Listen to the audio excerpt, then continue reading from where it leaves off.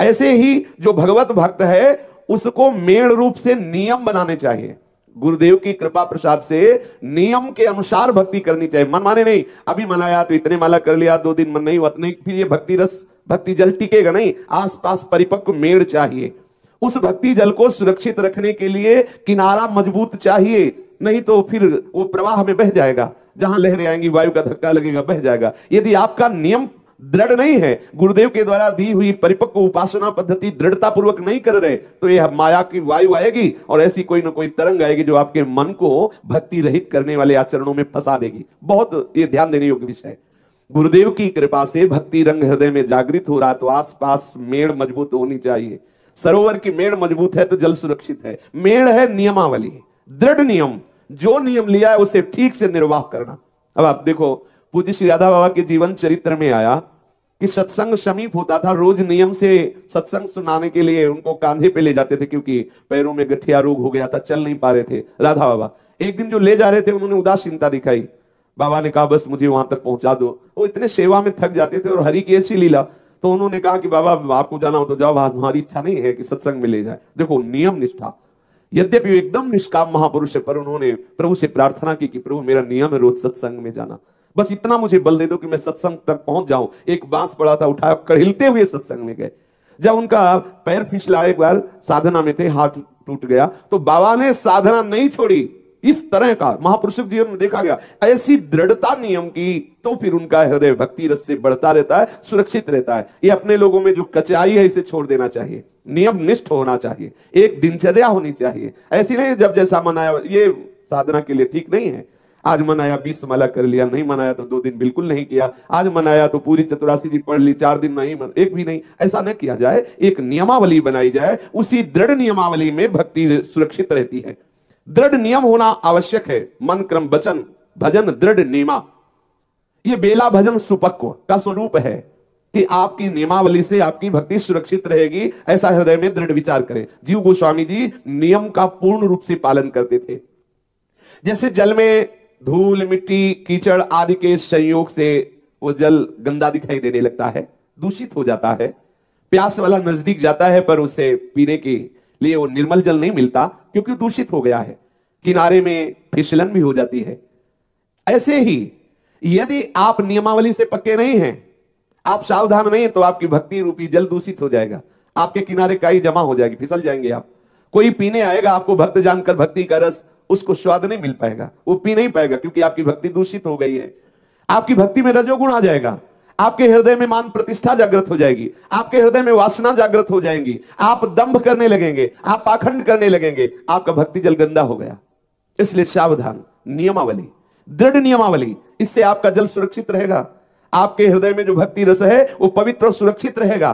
कहीं भी कोई भी छल कपट दंभ मान कामना ये आपकी भक्ति को दूषित न कर पावे। जैसे कोई दूषित जल का सेवन नहीं करेगा, पर यदि करता है तो रोगग्रसित हो जाता है। ऐसे ही वासना छल दंभ आदि, भक्ति का नाटक, भक्ति का स्वांग आदि, ये आत्मानंद का हनन करने वाला है।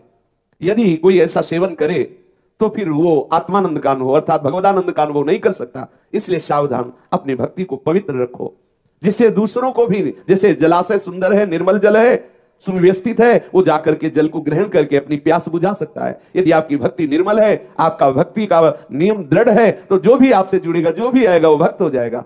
उसके दैविक ताप मिट जाएंगे, उसकी जन्म जन्म की प्यास मिट जाएगी, उसका हृदय भी निर्मल होने लगेगा, प्रिया प्रीतम के चरणों में आसक्ति बढ़ने लगेगी। छल दंभ तो आपके हृदय में होना ही नहीं चाहिए, भक्ति के लिए बहुत हानिकारक है। और भगवत रसिक जी ने कहा, यदि विवेक नहीं है, वैराग्य नहीं है, तो आपकी भक्ति निश्चित पाखंड रूपी रोग से ग्रसित हो जाएगी। बिन विवेक वैराग्य भक्ति बिन सत्य नये को जानो, भगवत विमुख कपट चतुराई सो पाखंड जानो। छल आ जाएगा, चतुरता आ जाएगी, कपट आ जाए। आप नियमावली से भजन नहीं करते और आपको भक्त मान के जहां सम्मान मिला तो आप उसको सुख पूर्वक स्वीकार कर लेंगे। आप उस सम्मान को बचाने के लिए और नाटक करेंगे और दंभ करेंगे और पाखंड करेंगे, पूरा जीवन पाखंड हो जाएगा। मिला क्या? ये प्रणाम नमस्कार से क्या मिलने वाला? आत्मानंद मिल जाएगा क्या? 4 लोग तुम्हें संत कह देंगे, तुम्हें भगवत साक्षात्कार हो जाएगा क्या? 4 लोग तुम्हें महापुरुष अवतार बता देंगे तो तुम यमराज के दंड से बच जाओगे क्या? इसलिए सावधान, सच्चाई से चलो। हरि दुलार करें, भले सब निंदा करें, क्या फर्क पड़ता है? और सब तुम्हारी जय जयकार करें, हरि से विमुख हो, क्या लाभ? क्या मिला? क्या लाभ मिला? इसलिए अपने प्रीतम को रिझा। सच्ची बात, क्या होगा इससे? होगा क्या? चार लोग कह दिए महात्मा हो, हृदय काम क्रोध से जल रहा, क्या महात्मा? चार लोग कह रहे हैं अरे आप तो अवतार हो, यहाँ पिटाई हो रही है, अंदर अंदर से जल रहा है, बाहर से अवतार वाले पूज रहा है और अंदर से मलमूत्रों के द्वार में भटक रहा है, क्या अवतार? बहुत सावधान। सच्चे महात्मा बनने के लिए नियमावली की आवश्यकता है, दृढ़ नियम, और नियम में बहुत सामर्थ्य है। आप देख लीजिए, हमने देखा, महापुरुषों को भी देखा है, दिन भर बुखार से पीड़ित पड़े हैं लेकिन उनका नियम है बैठ के उतने माला करना। तो देखा पूरा बुखार से शरीर कांप रहा है लेकिन वो बैठा लो हमें, और वो बैठ गए माला शुरू कर। आश्चर्य हुआ कि यहां तो जरा सा हो जाए तो लगेगा छोड़ो सब, हाँ अब तो बीमार है ना अपने आप, लेकिन वो बीमार है, वास्तविक बीमार है, वृद्ध शरीर है, चलने में असमर्थ है, बुला के कहते बैठा लो हमें, दीवार से लगा के बैठा दो। नियमावली पूरा करना है। पकड़ो हमें, परिक्रमा मार्ग ले चलो, दंडवत कराओ चलकर, आश्चर्य होता। पकड़ो हमें, ठाकुर की 4 परिक्रमा करवाओ, चरणामृत लाओ। बोले बाबा वो चरणामृत तो खत्म हो गया। हाँ तो ठीक है, कोई बात नहीं, अब कल पाएंगे। नियमावली, बिना चरणामृत मुख में रखे प्रसाद नहीं। आश्चर्य हुआ उनकी नियमावली देख करके। दूसरे दिन जब चरणा, ऐसा नहीं कि स्नान करवाओ लाओ चरणामृत, ऐसा नहीं, अब दूसरे दिन जब स्नान होगा ठाकुर का, चरणामृत लेंगे तब प्रसाद पाएंगे। नियमावली होनी चाहिए, नहीं तो आपकी भक्ति छल से, दंभ से, अभिमान से युक्त हो जाएगी, दूषित हो जाएगी। सावधान रहिए, कहीं काई न लग जाए। काई कहते हैं फिसलन वाला, जल में जब काई होती ना, उसके समीप कोई भी आता है तो फिसल जाता है। ऐसे ही यदि आपकी भक्ति काई युक्त हो गई, वासना की काई लग गई, आपकी भक्ति में दंभ की काई लग गई, तो जो भी आएगा फिसल जाएगा। दर्शन भक्त अनूप, रूप न शोभित प्रीति बिनु, भरम भटकत भूप श्री हरिवंश कृपा बिना।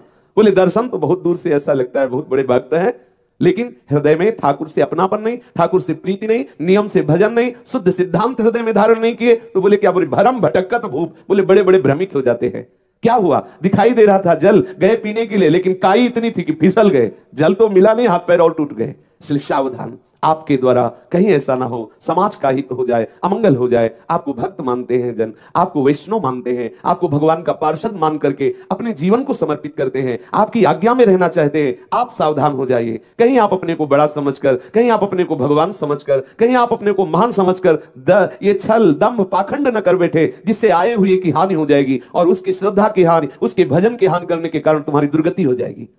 आप इतने ऊंचे पद में हैं, वैष्णव हैं, हरि पार्षद हैं, उसने आपको भगवत संबंध से स्वीकार किया, और आप तो फिर उसका परिणाम मालिक देगा। जब मालिक देगा तो संभाल नहीं पाओगे। हम कामी हैं, क्रोधी हैं, लोभी हैं, चलेगा, प्रभु के चरणों का आश्रय ले लो, वो बड़े कृपालु, स्वीकार कर लेंगे। लेकिन अपने को हम महात्मा मानकर, वैष्णव मानकर, भगवत पार्षद मान करके दुराचार प्रवृत्तियों का पोषण, दंभ का पोषण, पाखंड का पोषण नाश हो जाएगा। सावधान, वो सर्वांतर्यामी प्रभु देख रहा है कि तुम्हारे को किस भाव से समर्पण किया जा रहा है, तुम क्या कर रहे हो, वो जान रहा है। इसलिए प्रभु से कभी छल कपट द्वंद्व मत करो, क्योंकि वो सर्वांतर्यामी तुम्हारे हृदय में ही बैठा देख रहा है। सच्चे बनो। हे नाथ, मैं नीच हूं पर आपका हूं। अपने को कहीं श्रेष्ठ मान करके नीच आचरण न कर बैठे। जो ये हृदय से सोचता रहता मैं नीच हूं, उसके द्वारा नीच आचरण नहीं हो सकता, क्योंकि वो दैन्य है। दैन्य के द्वारा कभी शास्त्र विरोधी भाव नहीं आते, अहंकारी में ही शास्त्र विरुद्ध आचरण आते हैं। दैन्य हो, हरि के आश्रित हो, नियमावली से युक्त हो। भले हमारा हृदय भगवदानंद में नहीं है, विषयानंद का आकर्षण है, लेकिन हम ये विचार करें कि ये वैष्णव वेश है, ये भगवत पार्षद स्वरूप है। सामने वाले की अगर श्रद्धा नष्ट हुई तो पता नहीं किस जन्म में अब वो श्रद्धा प्राप्त कर पाएगा। उसके नाश का कारण, उसकी श्रद्धा के नाश का कारण आप बने, इसलिए आपका बहुत बुरी तरह पतन हो जाएगा। इसलिए साधक सावधान रहे। अपने भक्ति रूपी जल को पवित्र रखने के लिए चतुरता, कपट, छल, दंभ, मान, प्रतिष्ठा, अपने में श्रेष्ठ भाव, इनका त्याग करें, क्योंकि इनसे भक्ति दूषित हो जाती है।